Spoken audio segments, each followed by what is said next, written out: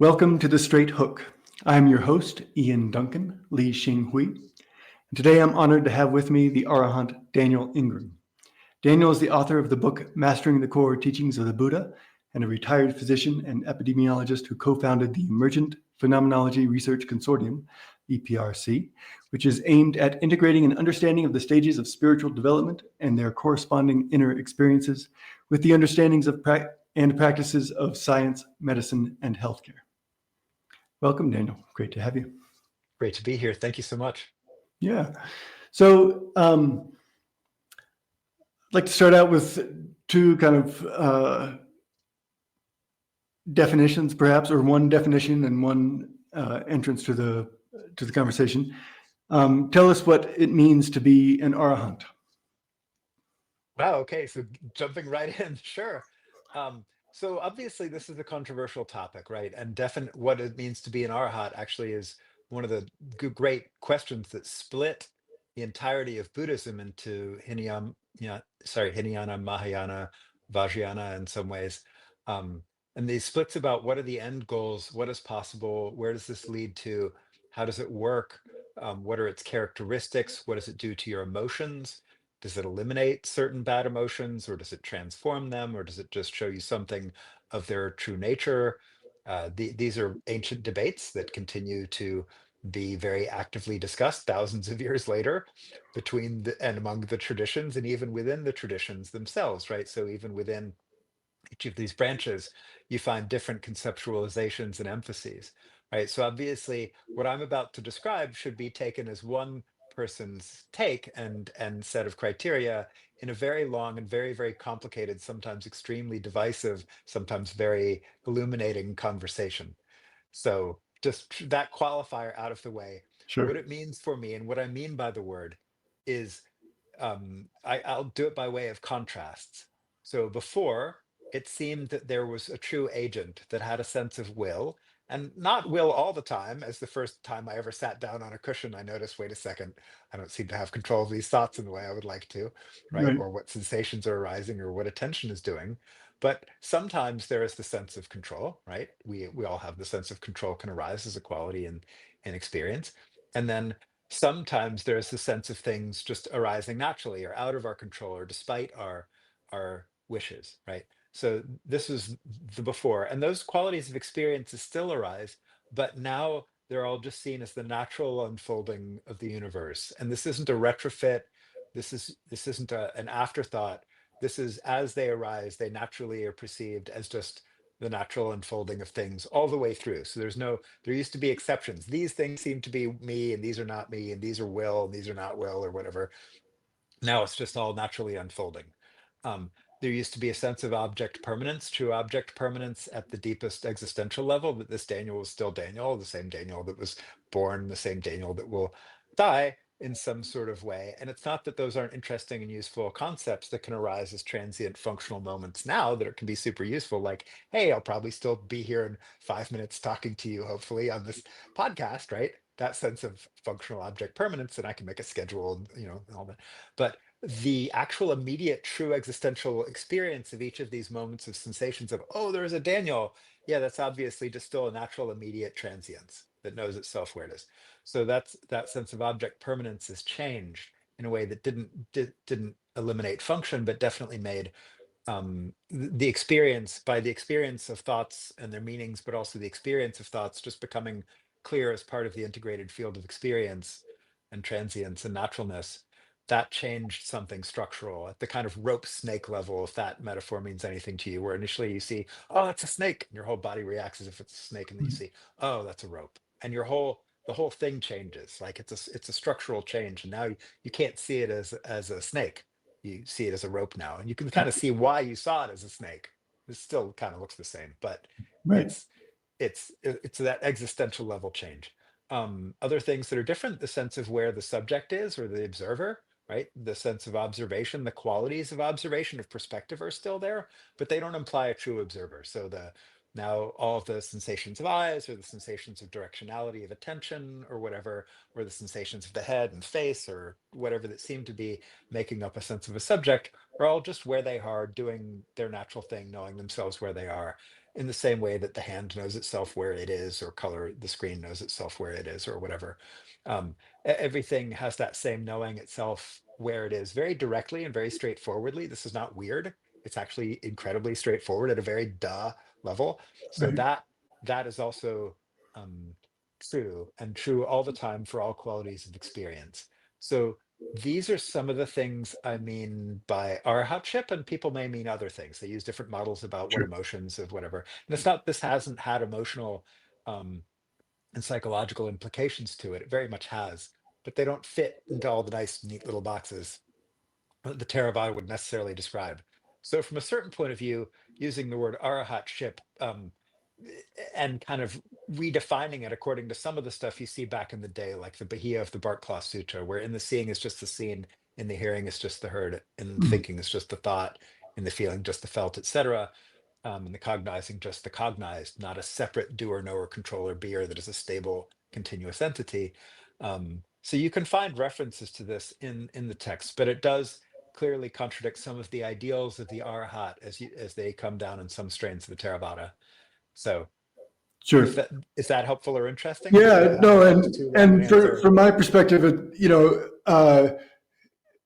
I'm less looking for the measuring stick to place you against, but rather I'm interested in your own experience, and so um, uh, so I hear just one thing I hear in there that I think might be useful to identify is when you say that you no longer experience object permanence, that's inclusive of subject permanence in a way, Correct. right? Yes. Yeah, Yep.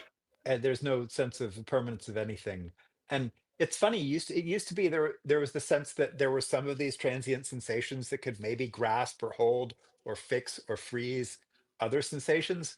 Now the notion that that ever seemed possible is totally ridiculous. Like, right, really, these transient colors and sounds are going to fix or freeze something? Really? How? Like, how could that ever have possibly seemed like it was even a thing that could be done? sure, By yeah. what? Like, so now seems ridiculous, but it was very compelling for the first, 30 something years of my life.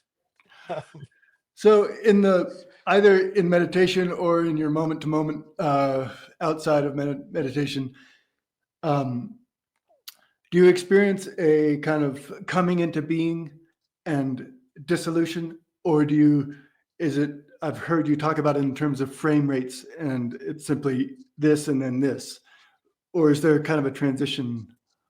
so the impermanent nature of it is both analog and digital.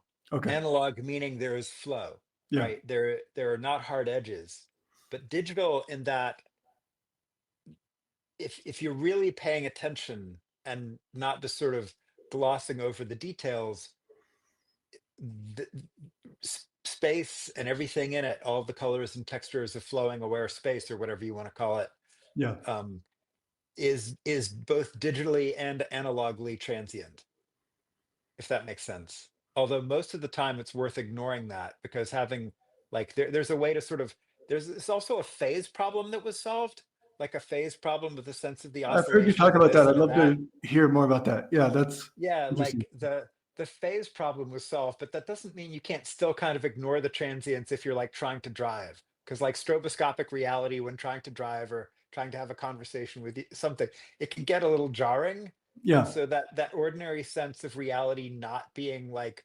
ridiculously discontinuous is Yeah. still a mode like it was before, a mode Okay. of attention that is useful most of the time. And but it's obviously ignoring something, and then if the system decides to tune to radical the real like hardcore nature of exactly how impermanent everything is, reality gets very stroboscopic, sorry, and starts glitching out and doing all the stuff that it does. But these are just like qualities or patterns of perception that arise like weather, really. So is your sense that the strobe mode, the digital mode, is more real, or is it Yes and no. okay? Right. So to say that a mode of reality that is not happening right now is more real than the current mode that is happening Yeah. is obviously very epistemically problematic, Sure. right? Because this immediate reality from a certain point of view is the only possible basis of anything.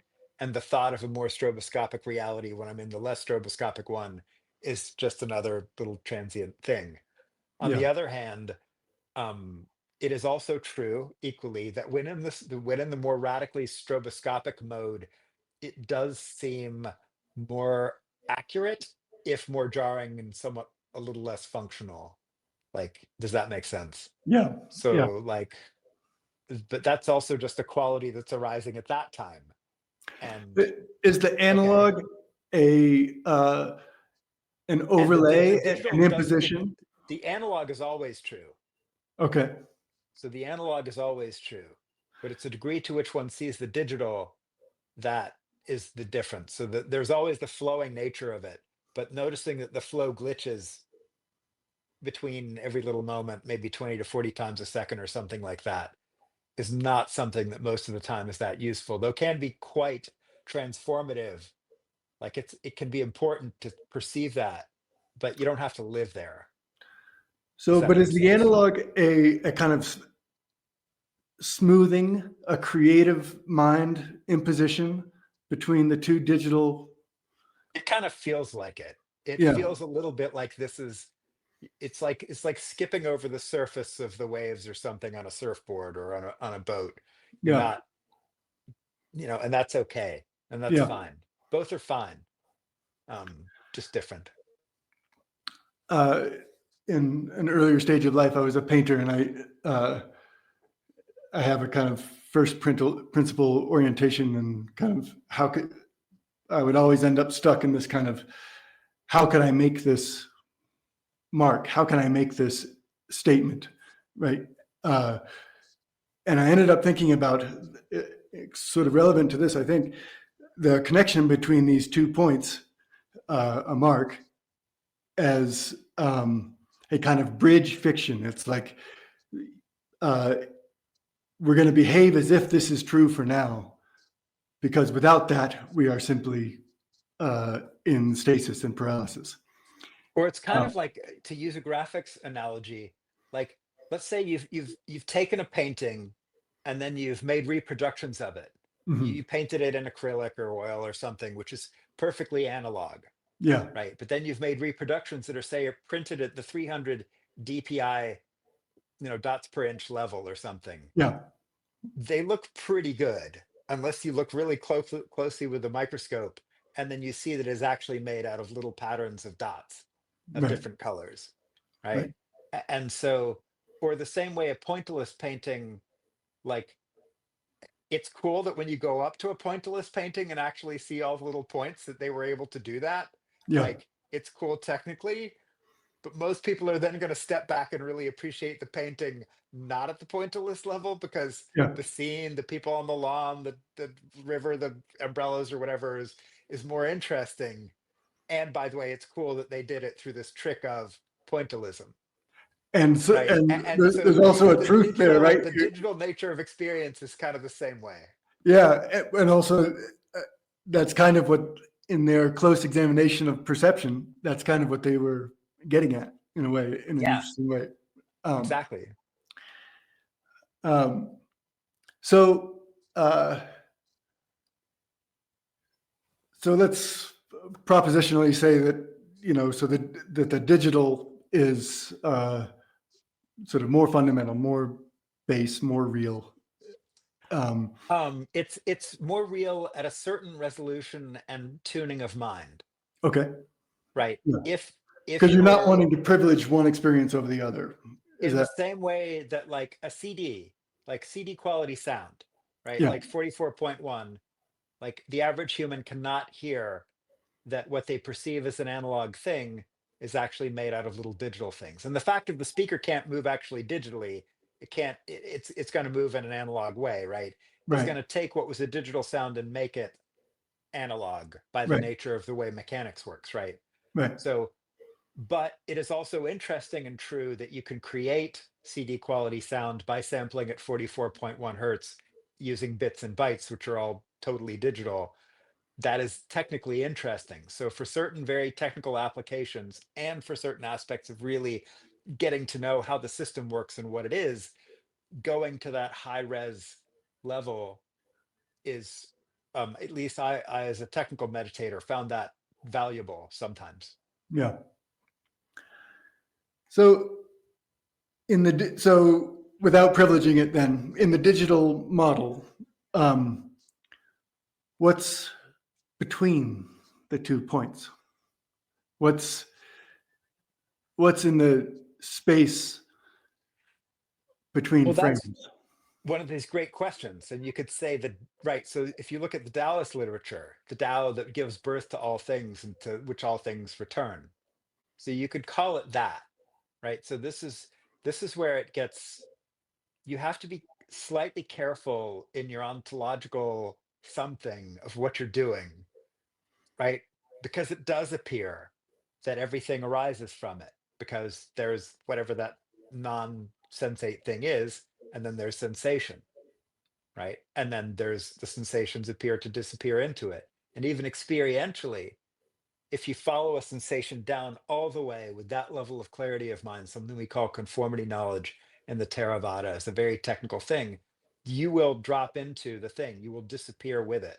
Right. So there is the sense that you can disappear into the void, nibbana, whatever you want to call it, the Tao, pick your, obviously the Tao is also all the manifestation as well. So Right. the Tao is a concept that bridges potential and manifestation, Yeah. kind of in the same way that, I don't know if any geeky people who study differential equations, right, which is really the oscillation of manifestation and potential, right? Potential and manifestation. If you look at the energy in a spring, for example, it's compressed and it stops, and then it releases that energy into movement, and then it compresses and it stops, and then it releases that energy into movement, right? And so you get this oscillation of manifestation and potential energy. This does feel like that. All of those analogies feel like that is what is happening. Yeah. Um, except people are usually, then where it gets complicated is people are usually wanting to make the void of potential into an experiential something. Right. It's silence, it's stillness, it's vast luminous space, it's the all ground of being, it's the something. Yeah. If you actually experienced anything like that, this somewhat um, not entirely humble Theravadan will say that was still a quality, that was still a manifestation, that wasn't the potential, Yeah. that wasn't nibbana. Right. But a compelling quality may be quite a profound quality to have perceived, a Sure. vast stillness or vast potential or vast silence or vast emptiness or whatever you perceived. Profound, not Yeah. not, but it's just a question of, like, then the tradition I'm prone to, for better or for worse, would say, but if there was still any quality of experience, that was not the thing. The thing Right. itself experientially is like a frame cut. It's Yeah. like the movie was going along, they edited out some frames, they spliced on the other thing, and there was a gap. There was Yeah. nothing in that gap because those frames were lying on the floor and they Yeah. didn't go through the projector. Yeah. So that's an unsatisfying answer, but that's sort of the technical meditator answer, at least coming from the tradition I'm coming from and based on my own practice. Yeah. Um, well, I'd love to enter what I hope is a productive detour into um, uh, the phenomenon of um, experiences that people have outside of spiritual practice that correspond with spiritual practice stages, or Like maybe 5-MeO, for example. say it again. Like 5-MeO DMT, for example. I don't know if you want to Sure. go there, but Yeah. I mean, I don't have that experience to draw on, but I haven't um, done it either, actually. So yeah. I mean, I find it interesting, but I haven't been there. Um, but you describe in your own. So I'm also interested in your the EPRC, and I feel like your experience of having so many awakening, call it, experiences before you came to spiritual practice. And it was true in my narrative as well. And how you've come to understand that in a way that it feels like you're kind of directing your life and research and activism, I don't know, in this direction in order to help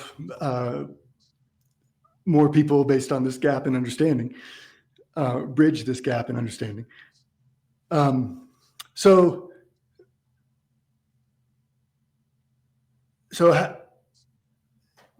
how do we look at, as a physician and familiar, I think, with the psychological end of things as well, how do we look at an experience of sudden change in one's understanding of reality as a adolescent, call it, just to point at something,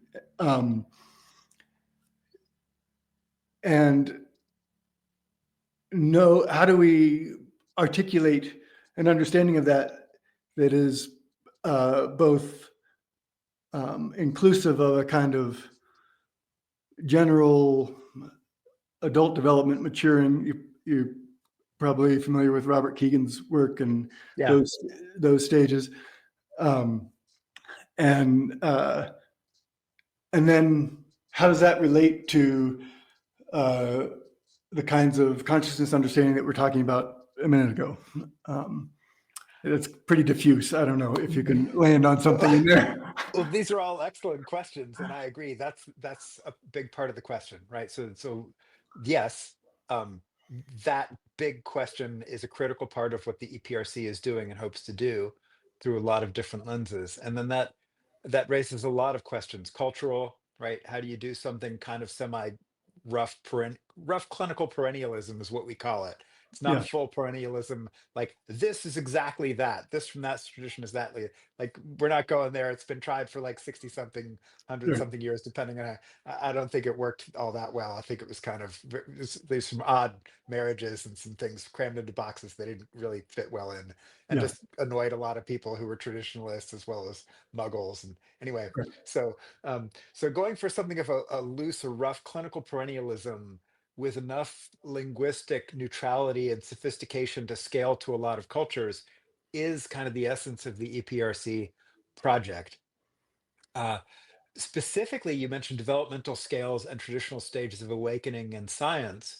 So actually, my friend Sarah Lazar at Harvard and Martina's Imaging Center wants to study that. So one of the things I fundraise for is a big project to follow deep practitioners and to follow them forward for like 10 years and see how do traditional stages of adult development in the Western psychological sense of going from childish and selfish to more altruistic and expansive and self-actualized or whatever, right? The Yeah, usual stuff.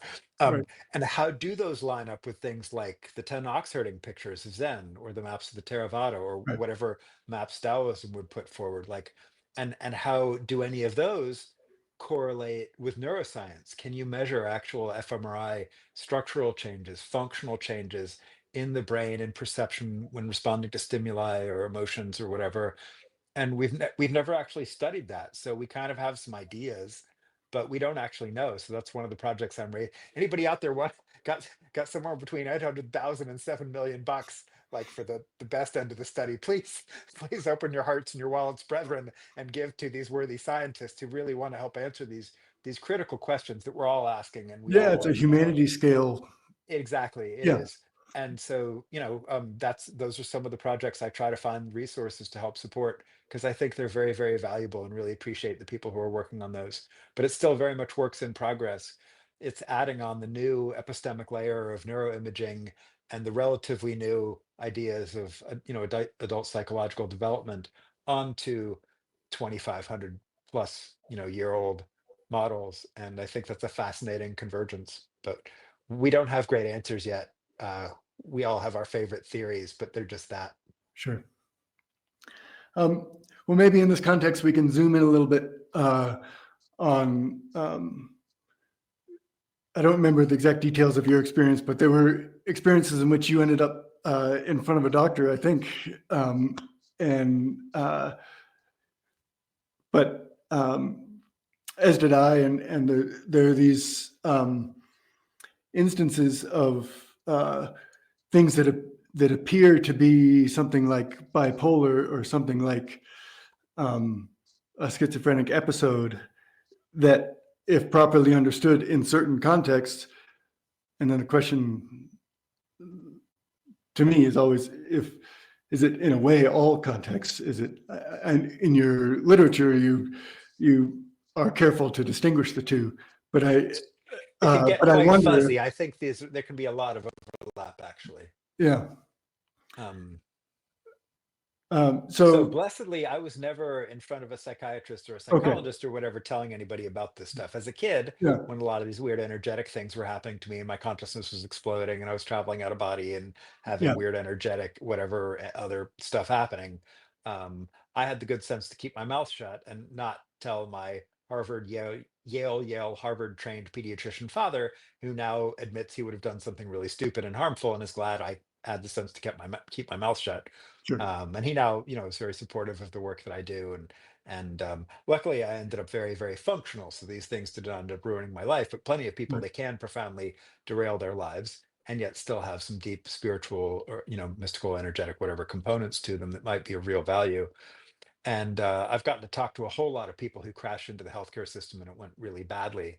yeah, And the funny thing is, in the DSM, so the remarkable doctors Lukoff, Liu, and Turner in around 93, 94 managed to get into the next edition of the DSM, which I think was the DSM 3 or some revision of it or something.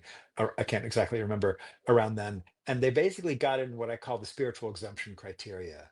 And so there are lines in the DSM 5 TR still that say, hey, if they're weird, and this kind of looks like schizophrenia, but it's actually expected in their particular spiritual tradition, and they're otherwise functional, maybe this isn't mental illness. right, And they say that with hallucinations, with delusions, with bipolar, like this exists on all the major categories you would think it would.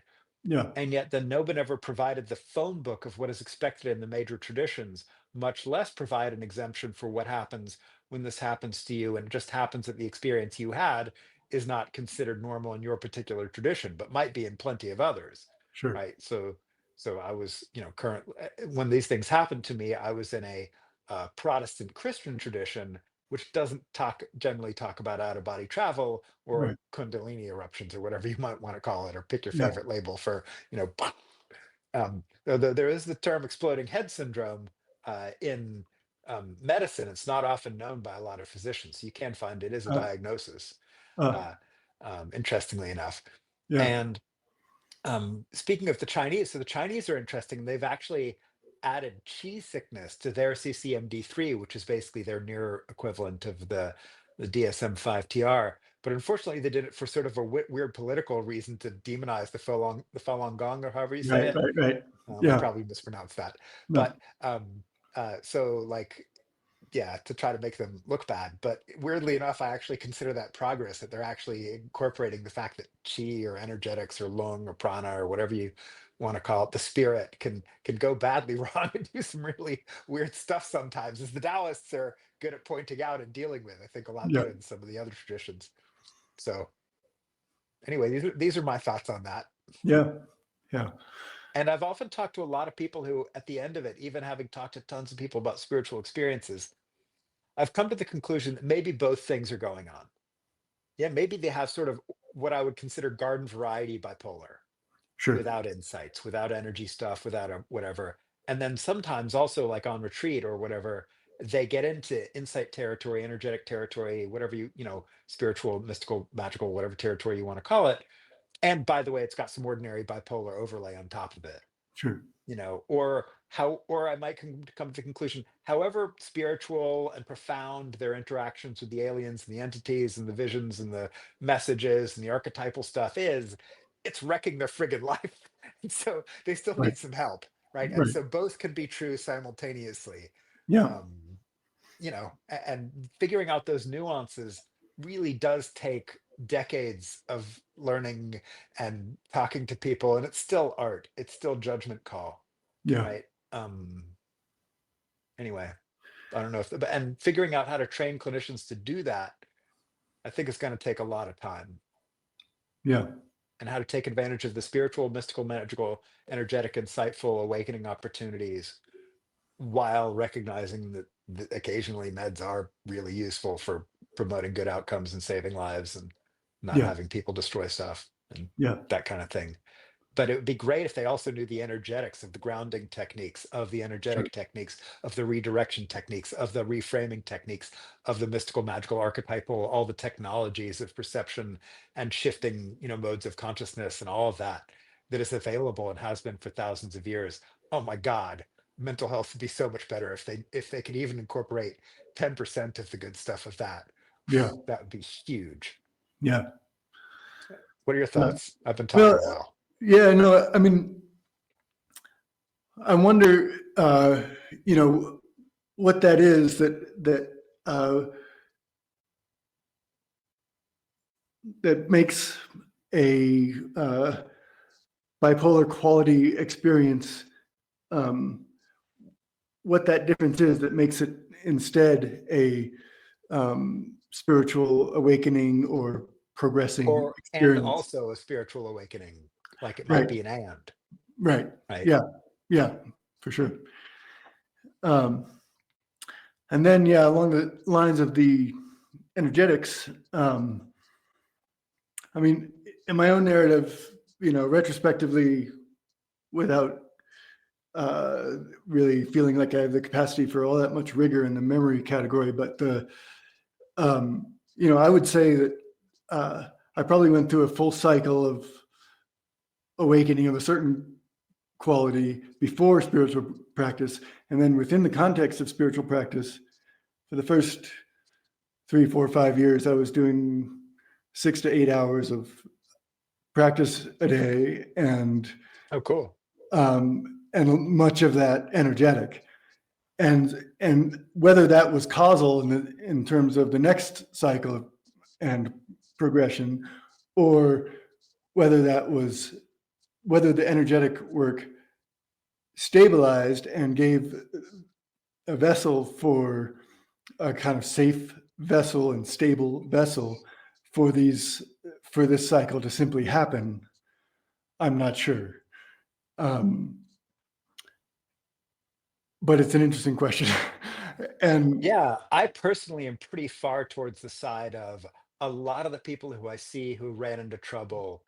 I really wish they had done more like Taoist, Tai Chi-ish, movementy, something, right? yeah, Where they improved their bodily proprioceptive energetic sense of themselves and groundedness in space, as well as what energy is, how it moves, and opened the channels up, or made this vessel, whatever you want, language you want to put on it, had done that somehow. Because yeah, I think it would be really beneficial, even just walking practice or standing practice, right? I tell people about this all the time, like do some walking meditation, do standing meditation, like, and when the energy starts getting high, can you feel where it is, and can you slowly, gently tease it invitingly down?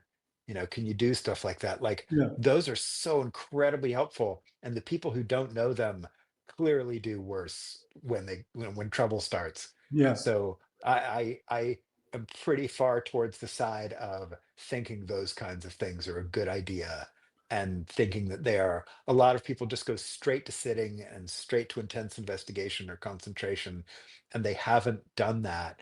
And I totally see why tradition after tradition comes to the conclusion that as preliminaries, and even later on, and as supportive practices along the way, and sometimes even as the main practice, these things are really important. And it just yeah, keeps showing up again and again. Even if it's dance, if it's like dancing around a fire, like, yeah, or whatever it is, yeah. something, We have right? a shaking practice, a kind of thunder practice, but it's basically jumping up and Nice. down in one space and orientations in the mind and whatnot.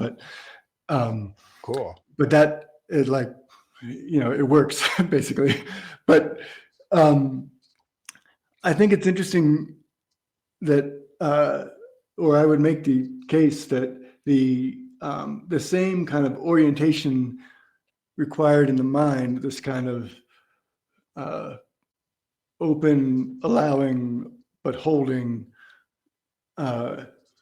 orientation that's what we build in the body as well. So that if a practitioner has developed a strong insight practice with, I would say, proper orientations of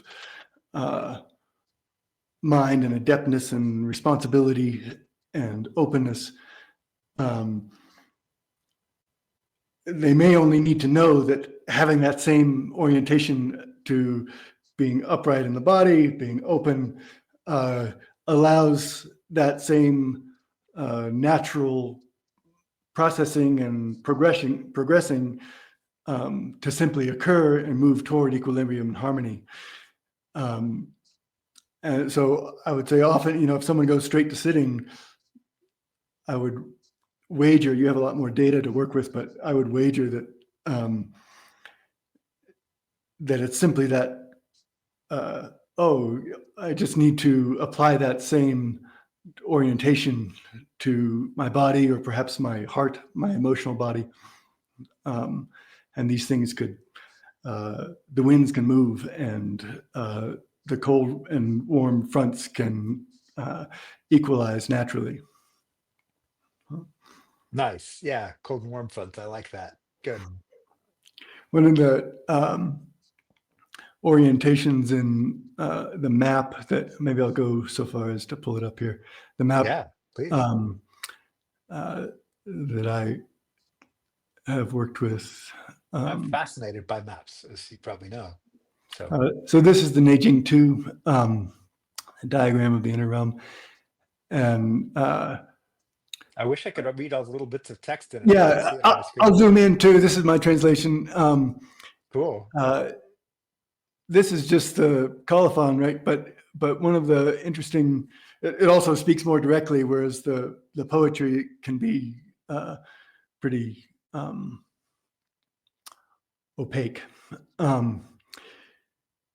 But only then did I truly understand that in a single body, the inhalation and exhalation, taking in and letting go, are simultaneous and equivalent with the cycles of growth and decay, fullness and emptiness of heaven and earth. Nice. And so, so in a very kind of coarse way, this is an illustration of the body of a meditator, right? Head, crossed legs down here. This is sort of spleen and liver territory, diaphragm territory. It's describing the body as landscape, right? And also asking you, especially with the colophon pointing the direction, to recognize landscape as body. Body as landscape, landscape as body. And then in the details here, we've got two different progressions. One is up the spine, and you can quickly make the connection with, Kundalini style energy movement. And then also there's a progression up the center from, this kind of yin and yang working. This is the kind of the self-equalization of differences, and then arriving at, this is Lao Tzu and this is Buddha here, but a kind of orientation of devotion and reverence, and this quiet sitting here. And then, there's lots of detail in here, but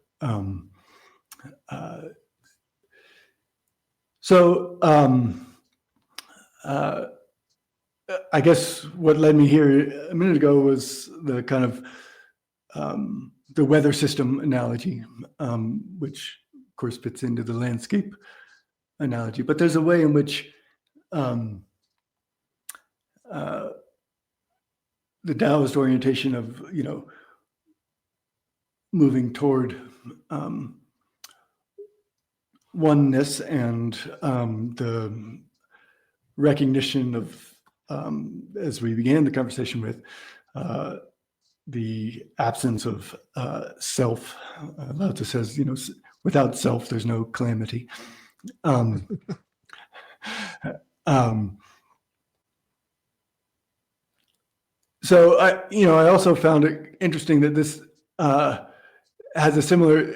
It's over corresponding, but at the same time, there is a interesting corresponding correlation to your diagram here of the insight stages, the concentration stages, and the kind of advanced stages up here, with this structure of moving up this side or moving up center. So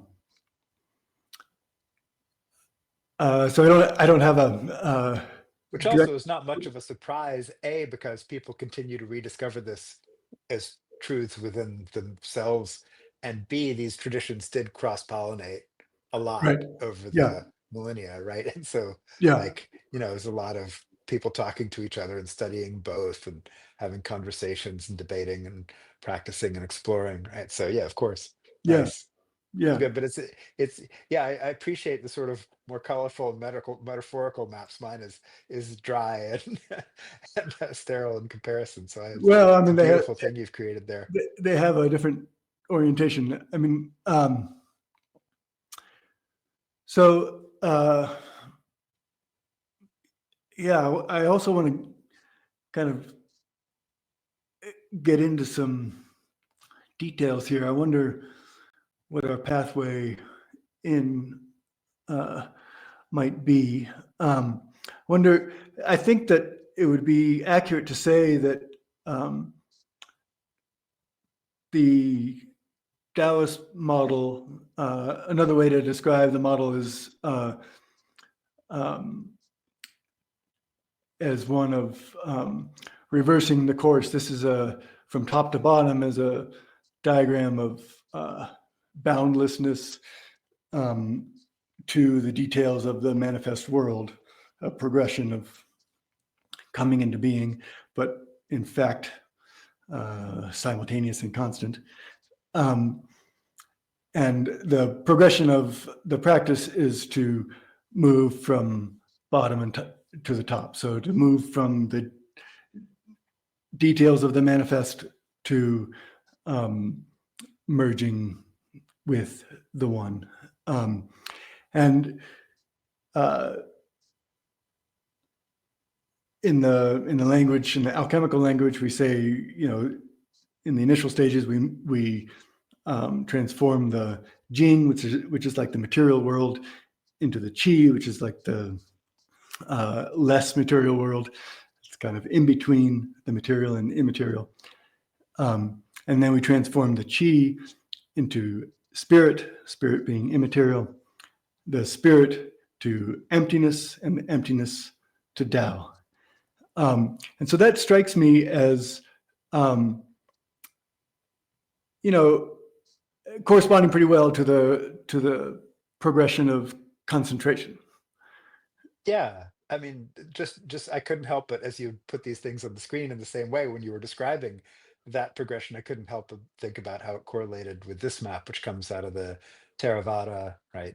So this is, and where you start with the mind and body, just ordinary physical stuff, and you start to see these are thoughts, these are physical sensations, and as you get into the fourth stage, the arising and passing away, that's where things become energetic, right? So that's where you start buzzing and tingling and Yeah, lights and colors maybe and maybe movements and anything kundalini is that stage when yeah, people talk about chi stuff, chakras, that's all that stage is the arising and passing away, right? yeah, And then as that dissolves and then you get into the more challenging stuff of like this is the one where like not all of the traditions have this sort of emphasis on suffering or misery or disgust or fear, but this is like like as it's all fun and games when that side is dissolving, but when this side starts to dissolve, the sense of subject, doer, knower, or beer, there can be this sense of crisis and these things coming up from deep within that we hadn't noticed.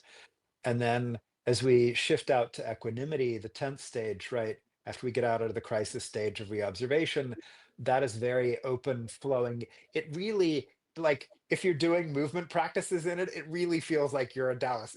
Like, I don't know what it means to be a Dallas master, but like in my own cartoon imagining of what it feels like, it's like everything is flowing together. There's a sense of like effortless harmony of, this open, expansive, like there's this, yeah, things flowing together. It feels very like when people talk about, like, when you read the Tao Te Ching or whatever, I like, and you read, like, it's all conflicted or whatever, and then there's the sense of the natural, thing, and like this feels like the natural thing, right? It feels like the Yeah. good thing, feels like something very authentically flowy. And then, as reality, and then as you get into this formless stuff, right, as you get into boundless space or boundless consciousness, right, or even nothingness, right, the sense of emptiness, or in that sense of the word, where there's no form, there's just sort of like void, but there's perception in the void or something, right? It's not like full on void, but it's, it feels very voidy. Mhm. Yeah. Right, and then you get to things that really are liminal, like, is neither perception nor yet perception, what is that? Like, it's incomprehensible. That's its only feature, is incomprehensibility.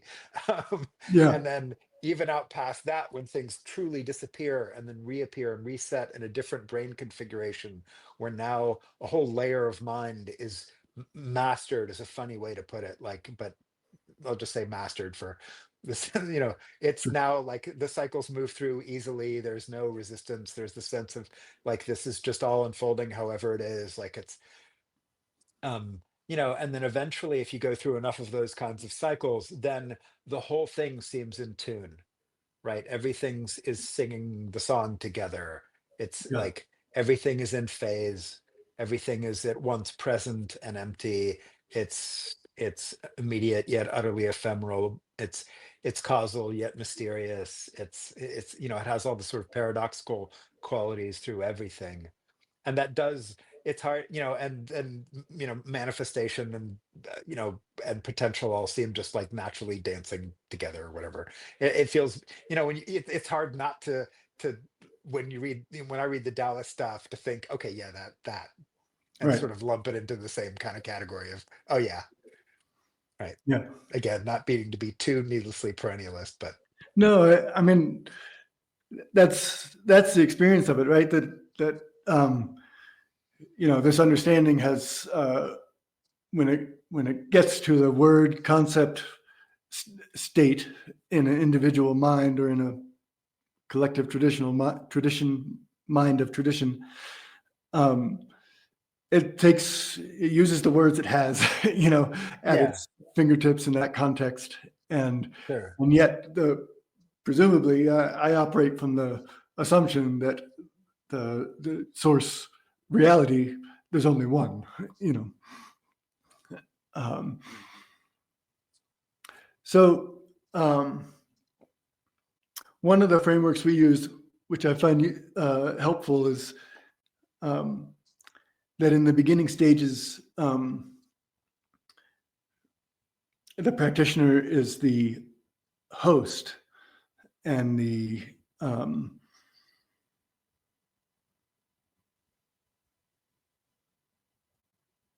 call it radiant emptiness, the Tao, the um, consciousness, is the guest. And then in the later stages, the radiant emptiness is the host, and the subject is the guest. And so that's kind of um, uh, the inclusive of all experience orientation. Listening, you cannot, looking, you cannot see it, listening, you cannot hear it, but it embraces all things and nourishes all beings. So it encompasses everything, and it is within everything. Um, Nice. and so that transition feels to me like uh, somewhere in this kind of boundless consciousness, neither perception nor non-perception, and then maybe it locks in above this point. So the other thing is, this map doesn't have sort of my conception of the paths on it, right? I mean, except for as you go around the cycle more, like more layers of mind that sort of process happens to. And eventually it's everything all the time, Right. naturally, like not as a reflection, but just as a, that's, of course, very straightforward, very, it's the great duh of the Tao. Right. um, so one thing that I found in your work that fit my experience, and I hadn't really found it anywhere else, Mm, is this. And I'm not well read in the Theravadan or much of the Buddhist outside of Dzogchen literature, but this pattern of there being cycles within cycles. So you mentioned the paths, and that within the first path, um, you'll go through this whole cycle again, in a sense, with maybe slightly different qualities, and or maybe dramatically different qualities, and then at a given moment, enter the next path, yeah, and that kind of cycles within cycles framework kind of makes a lot of sense to me and is part of my experience, and also fits the Taoist models. I mean, even in the sense that, like, you're, insofar as there's a cycle of energy that runs up the back and down the front, this is cycling on the one hand once every 24 hours with the rising yang of the day and the descending of the night, and on the other hand much faster cycles inside of that, but then those cycles are happening within these progressive openings of consciousness and shifts and changes. So that kind of nested fractal, I really enjoyed the in your exhaustive articulation of the different models in your book. The fractal model I listened to a bunch of times to because it was fitting things together in ways that I have come to understand, but in different language, which is very helpful. well, we see this in the original Theravada text where they talk about, like, you can find dependent origination, which is the cycle of, you know, basically how ignorance arises and then all the consequences of that, and what it does in terms of mind and contact and craving, and you know, this is sort of 12 links. And you can actually find texts that talk about that as happening like over a lifetime or lifetimes, but also happening within the course of a single moment of mind, Yeah, right? And then you find this idea of, you know, the stages of insight might unfold in a single practice session, right. or the state or the jhanas might unfold in a single practice session, in a meditation. But then you also find the subparts to each of them detailed, where, like, there's the initial phase when you come into the new state and it's fresh, and then you develop the new state, and then you become disenchanted with the new state, and then you become equanimous to the new state, and then you eventually shift to the next state. So, like, even cycles within the stages is canonical, right? You find that described in the old texts, and also then elaborated in the commentaries, you know, which are 2000 to 1500 years old, 2000 something anyway. So and then bigger cycles of practice, right, where it unfolds in paths, and it does unfold in stages, and then people might go around a lot of cycles even within a path. So you find this concept of, yeah, these nested things down to the smallest moment, and then up to the course of one's life or across lifetimes, as certainly Buddhist cosmologies. And I think a lot of the cosmologies at the time were very comfortable working on all these very, very different timescales, and appreciating the cyclic nature and oscillatory and transient nature of these. So one aspect of this um, seems to me is the question of um, agency and the question of causation. Um, and again, you know, in reading your book, 2 or 3 times. The Wow. the last there's some sections in there that I had a kind of emotional response to because um, it it has come to be fundamental in how I see, and yet I don't see it. I see it in like Longchenpa and stuff like that, but I mostly don't see it in the language elsewhere, and that is um, the lack of agency and the lack of causation. Um, Well, lack of causation is complicated. Lack of agency and it's causation yeah, I is don't the mean to make them reason for lack, equivalent, but yeah, right, is the reason for lack of agency. It is a lawful world, even if understanding the laws and the conditions is too complicated. Doesn't mean it isn't somehow naturally unfolding. Natural in a Buddhist context, generally meaning lawful, in some right. way that they would then say is incomprehensible because karma is too complicated. All the causes and conditions that come together to create any moment. I mean, you can see the proximal one. So karma is this super complicated concept within Buddhism, right? You can see obvious, causal consequences. I whack myself in the head and it hurts a little bit or something, right?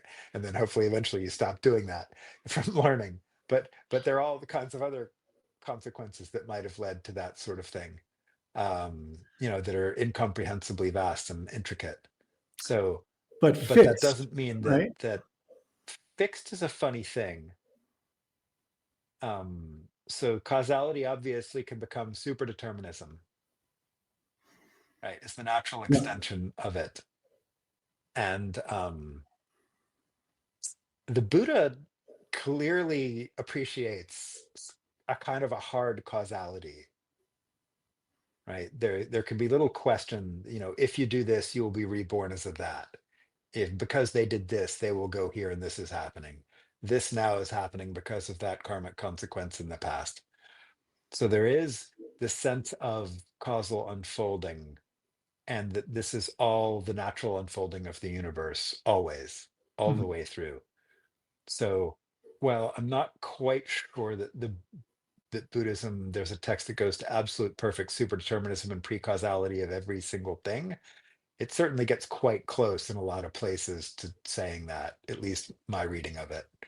Um, that Is it doesn't in any way mean that the quality of will, the quality of asserting oneself, the quality of agency isn't a part of that natural unfolding. It is. So I will do this. I will say this. I have done this. These are qualities that arise like colors, like weather, like every, moment to moment. And that's part of the dance. That's part of the textures. That's part of the display, of course, right?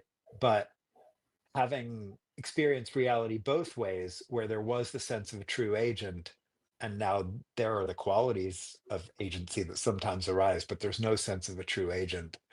I can tell you that the second one is vastly better, regardless of whether or not it's true. yeah. So I prefer, given an aesthetic preference, I have a distinct and profound aesthetic preference for the second one. Um, Isn't it a logical necessity given the timelessness and spacelessness of um, what we might call the natural state in some traditions? the natural state always implies a fixity, which makes my transience appreciation always cringe slightly in a causal way. Sure. But the natural transience, the natural unfolding of immediacy. Um, so I'm actually a big fan of those traditions that say, in that sort of David Humean way. So David Hume, as a British empiricist, basically said you can't even prove causality because the only moment you have to even attempt to prove that is this one. And you can't be absolutely certain of any previous moment or any future one. And even this present moment is unstable, right? This is also straightforward Tibetan Buddhism, right? The past is gone, the future is uncertain, and the present is utterly transient. And so you do also delightfully find plenty of Tibetan texts that say yes, but somehow causality is able to function. So like The Light of Wisdom by John Gongtrol the Great, for example, will say, despite the transience, the thing is able to function somehow, even though we can find no true past and no true future and only an utterly ephemeral unfolding now. Mhm. So it is in some ways a radical truth to say there is no causality. There is merely immediacy that is transient and ungraspable. Mhm. That is that is true and useful. And on the other hand, I also find it, but that's a very like that's as far as like so there are different assumptions within Buddhism within the three trainings. The first two trainings assume agency. Mhm. They assume causality in a karmic way, like if you break the law, you may go to jail or something, right? Or if you Yeah. commit a good deed, someone may feel gratitude. Great. Okay, cool. Yeah. So, but they assume kind of a basic functional causality, but they then assume an agency that you can choose to be good or kind or stupid or whatever, maybe that you could choose to direct your mind to skillful qualities of mind and away from unskillful qualities in the second training of concentration and cultivation. But then in the third training, they assume a radical, perfect, absolute causality. And so I actually find it more interesting to think about the question you're addressing and whether or not the question you're addressing, if it's useful to have a sense of an agency, like for questions of justice, we generally think it's useful to have a sense of agency, Yeah. Yeah. right? For questions of responsibility, for questions of how you should interact in society, how you should consider others. But you're choosing an appropriate frame for the Right, for situation. the particular training. Yeah. And so that's, I think, more interesting to me than saying it is always total, um, perfect causality, even if that might be true in a very strict insight sense and maybe a strict something sense, ontological sense, perhaps. Yeah. Again, I hold my ontologies loosely. That Yeah. doesn't mean that might not be like for taking responsibility for what you did in a relationship or something. Like Sure. maybe the assumption of agency has its psychological value as just Yeah. one more thing that is naturally arising as something hopefully skillful. Yeah. I I think It's of it kind of a sometimes long as, answer, but hopefully that's useful. yeah, for sure. I think it's the same way with different language that I think about it. I think about the two frameworks, and I think there are more than two, but call it two, as Yeah. two kind of valences around a center, right? And that, you know, when you get up in the morning, you have decisions to make about the day. It's useful uh, and true enough to operate in the framework of having agency, and certainly for justice and responsibility in these other contexts as well. Um, but Although it's interesting to see the arguments of like B.F. Skinner, who makes the argument that the justice system is ridiculous because everything was just perfect operand conditioning. So it's right. interesting to see people who have attempted to apply the notion of perfect causality and Mhm. the mechanical nature of reality, which is so offensive to some, Yeah. to questions of justice and reform and rehabilitation and all those sorts of interesting questions. But in my mind, it misunderstands the like where you draw the line of like what vessel is this, and does it include me? Sure. Because uh, you know to to not apply responsibility to individuals in a container in a system or society um, It's catastrophic. leads to perpetuation of negative acts, and so um, but I think that the error there, without quite being able to make it high resolution in my mind, is that it's not drawing in. It's the Aristotle's third man or whatever. Like you're looking out here and thinking this is the whole system, but you need to be including yourself in the system to the greatest extent that you can. To Yeah. draw that systemic boundary at the furthest horizon that you can mentally. Um, And but perceptually. yeah, Um, but when I think about things in this way, like the multiple valences, I think about, so always have one foot in emptiness in a sense, one foot in the understanding outside of time and space, outside of subject and object, and one foot in the valence of agency and responsibility. Yeah, But I, that's like the Tibetans who would say the balancing emptiness and compassion, right? Yeah, that same kind of thing. Or, focusing on all three trainings with their different assumptions is how the Theravada might say that. So yeah. Um, but in kind of reflecting on my own orientation in that way, I sometimes wonder if um, the more pure, maybe radical Dzogchen Dao orientation of being entirely on the emptiness non-doing side. well, emptiness doesn't necessarily mean non-doing. It's just a question of doing occurs naturally. Like doing is part of the unfolding of For sure. experience, Yeah, it's a of different course. orientation on doing. It's like Sure. the weather Right. happening. We are the weather. So it's not Right. an absence of activity, but rather Yeah. an absence of imposition and one of Separateness or something. effortlessness, allowing. Yeah. But so I wonder if the kind of uh, one foot in the water and one foot on land strategy um, of navigating this experience as an apparent individual uh, is limiting the progress of my opening. I don't know. We just met, so I'm not sure. Like, No. what I mean, I don't mean to diagnostic or propose a conversation, diagnostic, but just but as a sure, as a framework. question, it's a good Yeah, question. It's a really important question. So I appreciate that. Um, I personally, just from my own experience, found an oscillatory strategy to be useful. yeah, So there were times on retreat when I already built a container where I had very few responsibilities, where my food was provided for me, where I just needed to sit and walk and sleep and bathe and eat and, yeah, and not, and try to, integrate in a skillful way whatever was happening with me.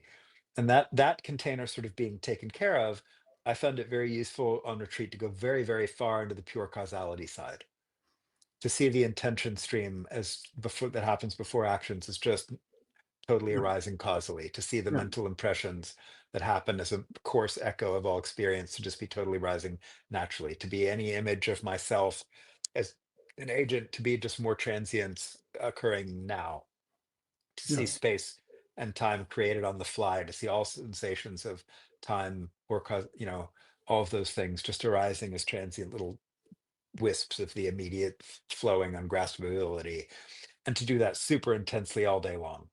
yeah. So having built the sort of monastic style container, then to go very, very, very far this way until something clicked, Mhm. and then go back into the world with its ordinary assumptions and its ordinary sense of agency, but yet with the perceptual changes that came, the structural existential, you know, sort of pre-processing or whatever changes that came from doing the more radical side. And so that oscillation is, and I think most people find this, right? That's how their lives happen anyway. They go on retreat and they go far this way, and then they get back into the world and they've got to take care of their bills and family and make choices and stuff or whatever, Yeah. so that's that sort of dynamic rather than attempting to hold a foot in both all the time.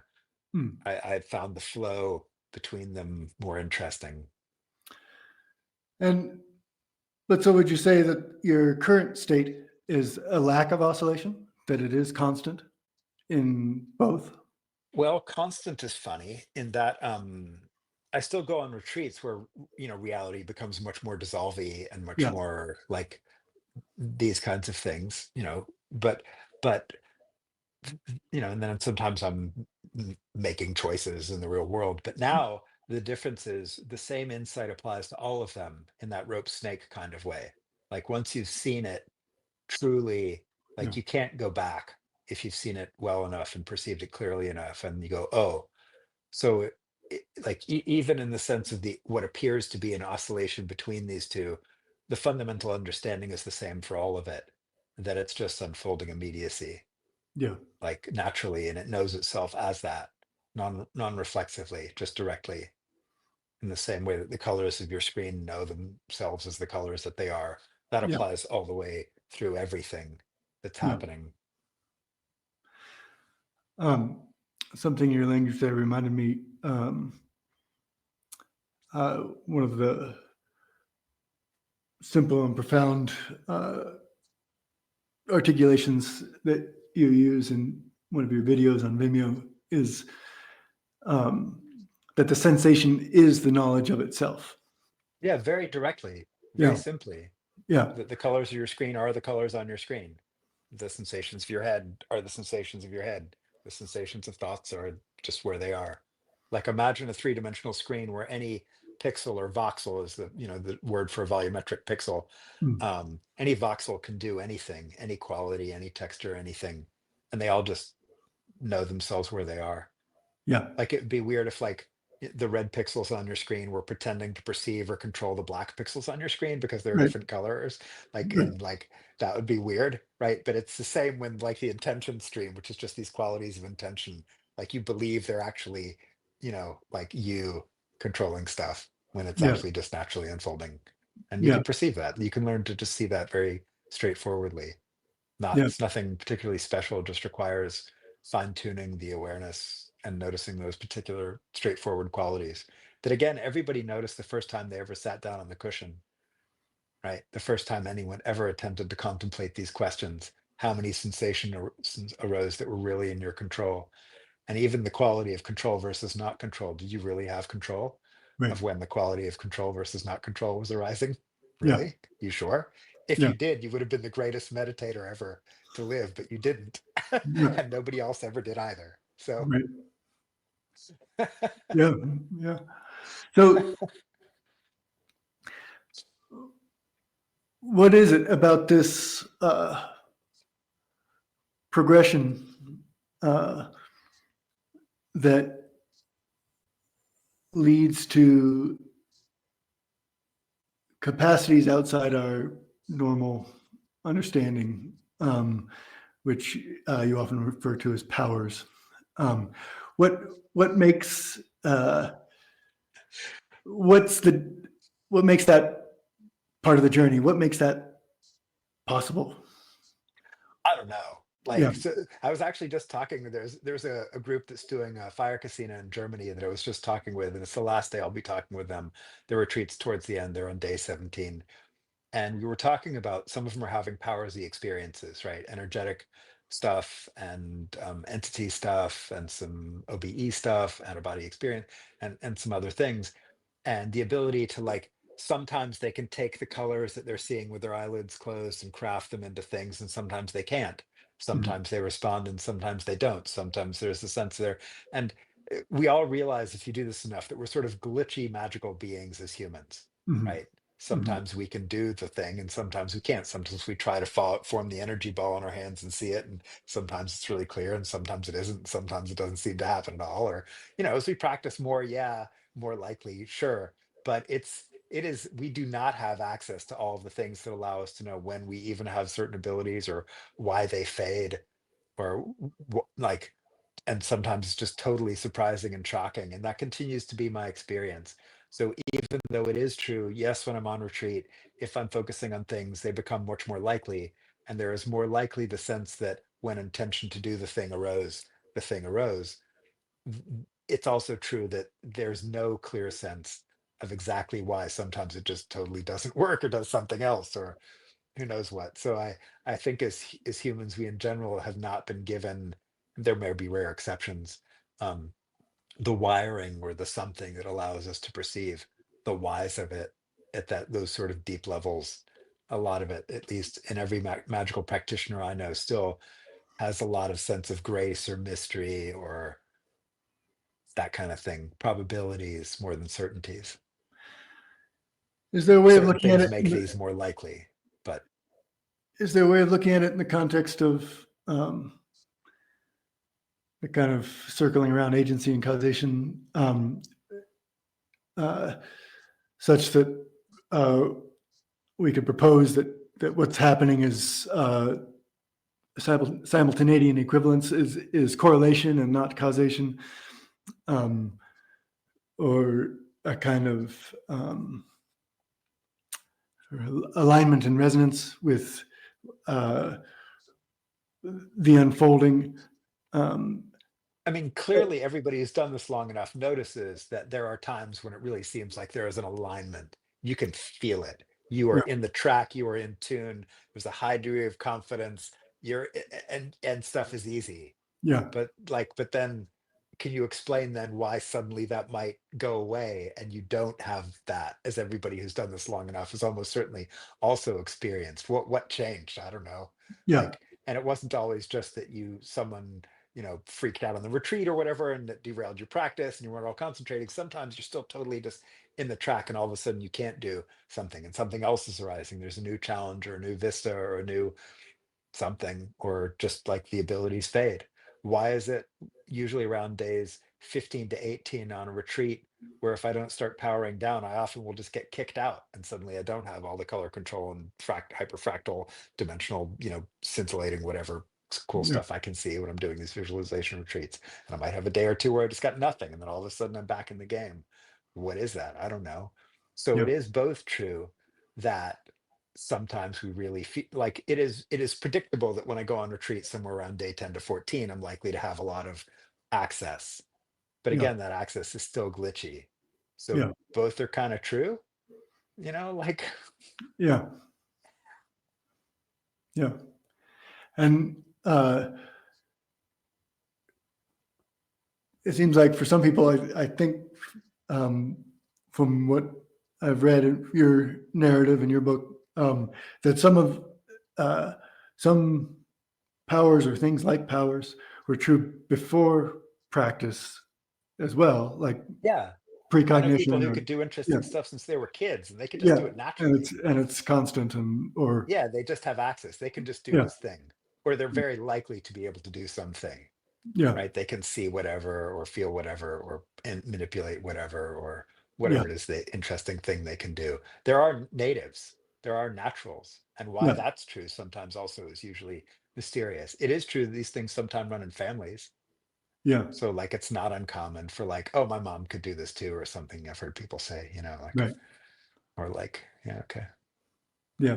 It's interesting. Yeah. Um, Lots of mysteries we have yet to solve. yeah, What's the genetics and epigenetics of that? Like I would love to do those studies. right, right. Or is it What just are the kind of pathways or the neurotransmitters or what are the sympathetic resonance energetics? outside of genetics? Maybe. Yeah, Sure. yeah. Yeah. Um, What are the spirits involved that, gave these blessings, or a lot of different ways to frame it, right? yeah, right. I mean, just in my view, kind of these different potentially useful narrative orientations to describe Sure. something that could be described in various ways. Um, has the experience of entities and either in communication or in presence uh, been a part of your experience and journey? Yeah. Yeah, Plenty. yeah, Yours? yep. Yeah. What do you think? Um, I mean, I don't approach it with a sort of uh, break it apart and understand it kind of orientation, but rather I found it um, very supportive. And Nice. That's good. in this case, it's been like Taoist Immortals, kind of Oh, groovy. in keeping me company and supporting and informing my practice, um, as opposed to things to fear or not. Um, uh, so that's That's karmically very nice.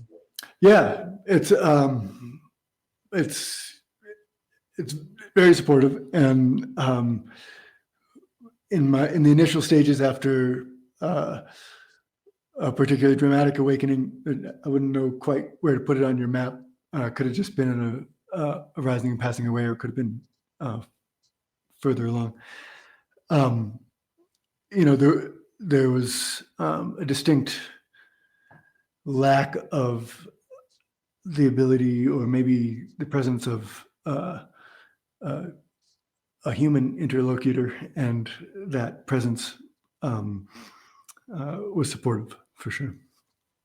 Oh, wow. Yeah. Super cool. Um, it's less linguistic for me. There's some sort of exchange of knowing and this and that, but not like I know, some uh, friends and acquaintances and maybe uh, others out there have this kind of conversational arrangement. But you ask a certain question, you get a certain answer, and it's this like um, uh, chat that they're having. Nice. It wasn't quite my experience, uh, but Yeah, there's a vast range of how these things can unfold yeah, and how long they last and what the access is and how they're experienced from a sensate level or the agentic level or energetic level or mythic level, yeah. right? A lot of, In my relation, there was kind of a progression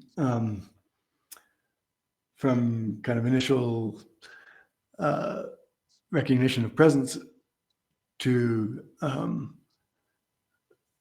as if I'm kind of sitting in a circle with them, and then later they're kind of behind me and with me, and then later kind of in me and of me. oh, it's very tantric, Is right? it? Yeah. Completion stage, Okay. right? So you've got your generation stage tantra where you generate the entity or call on the entity or whatever, and then completion stage is the integration of those qualities into you, which may literally involve arising as the being or some profound emerger and some very powerful way. Yeah. Yeah, I hadn't. I've done some reading in that direction. And practice guru yoga and such, and I hadn't quite put together that for some reason. But yeah, thanks.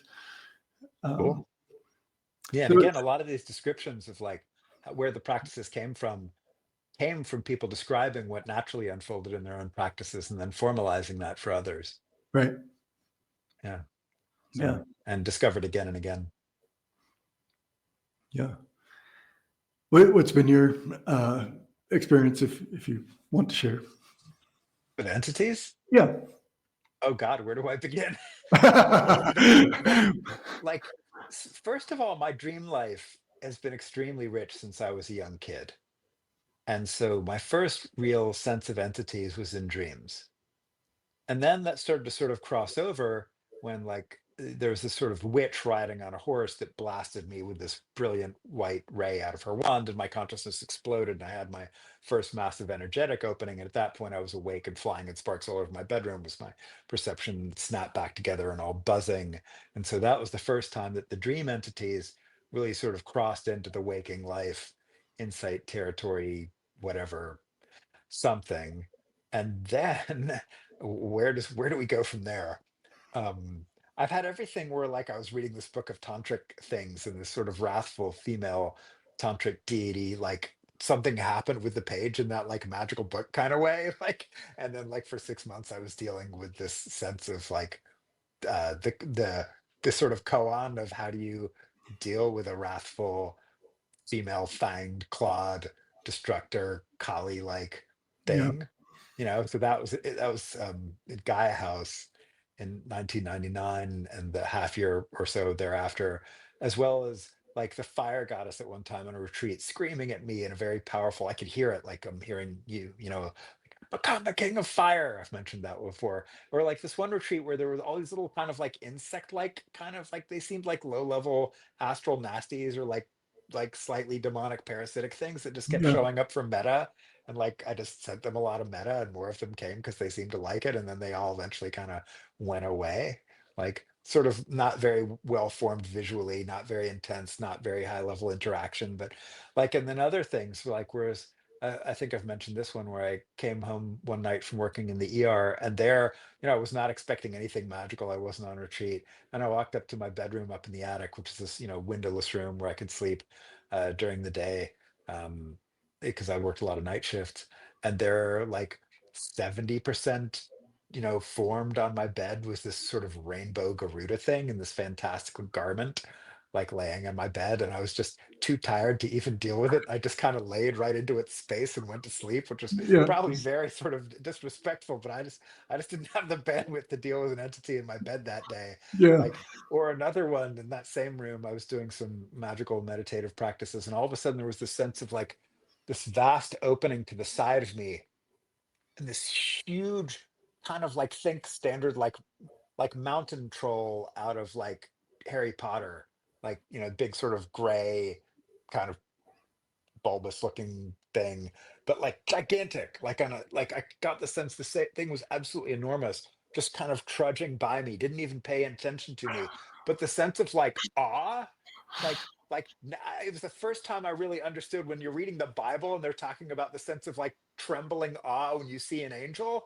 Like, I was feeling that, and it wasn't faked. It was like, holy wow, this thing is monstrously Yeah. big. And luckily, it doesn't seem to be paying any attention to me, because I'm not sure I would necessarily like that. But that sense of trembling awe was the first time I ever felt that. Or another one that was memorable was, I was on a fire casino retreat, and I'd gotten so I could visualize anything I wanted to visualize at the end of the cycle. And I thought I'd gotten the empowerment for the generation stage of a White Vajrasattva and consort.